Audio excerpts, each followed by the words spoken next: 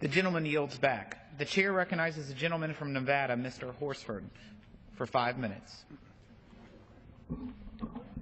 Thank you, Mr. Speaker.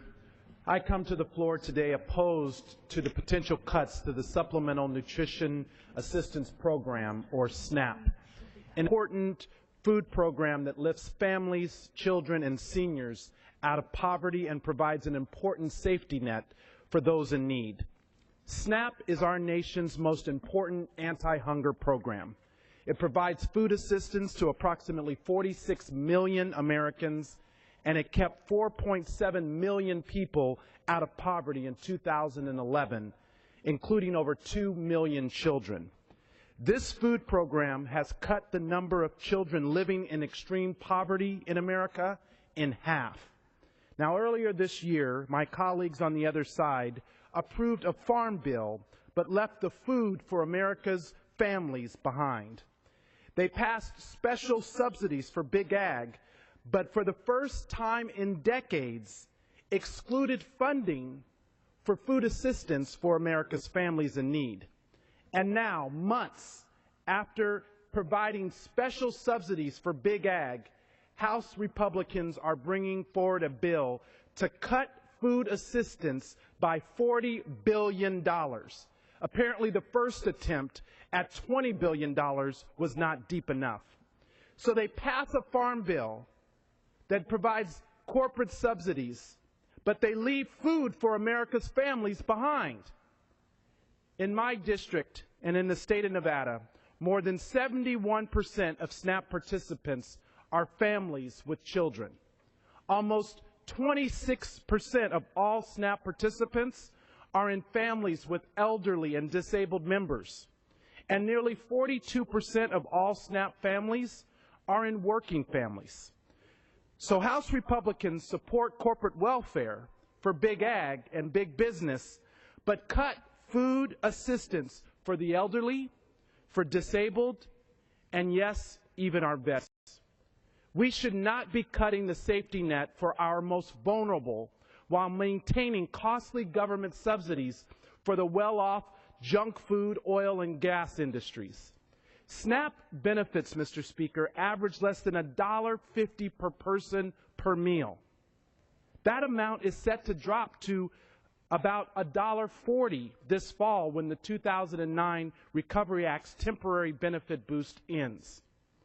Now, the person who receives $1.50 per meal in Nevada is not the problem with the budget. The problem is corporate welfare and the special interest giveaways that litter our tax code. I recently held a telephone town hall the last time the Republicans tried to gut food assistance for America's families and my constituents. I heard from families who are doing everything they can to provide for their family. I heard from seniors who are doing their best to keep their heads above water, and moms who are doing their best to escape poverty. If we cut SNAP even further, we are cutting a lifeline for these families. Now, another important constituency that is affected by this cut is our veterans.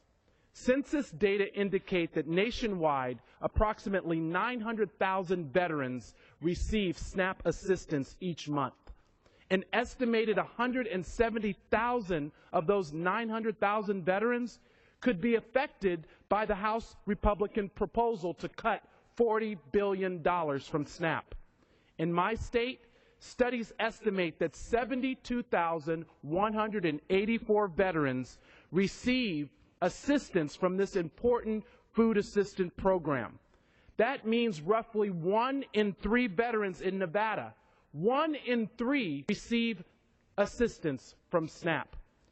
Well, my question to the House Republicans is this how we repay our veterans? Is their sacrifice not enough? By trying to ram through $40 billion in cuts to programs that people rely on, and then when that doesn't work, doubling down and trying to make those cuts even worse? Military families are on a pace this year to redeem more than $100 million in food aid on military bases. And the House Republican reaction is to tell them that they need to live with less? I can't do that.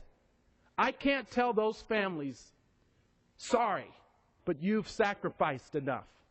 I urge my colleagues to do the responsible thing, do the right thing, avoid these draconian cuts to programs that combat hunger effectively. This isn't waste. This is a critical social safety net program that families and children and veterans rely on. I urge this body to oppose the House Republican plan. The gentleman's time has expired.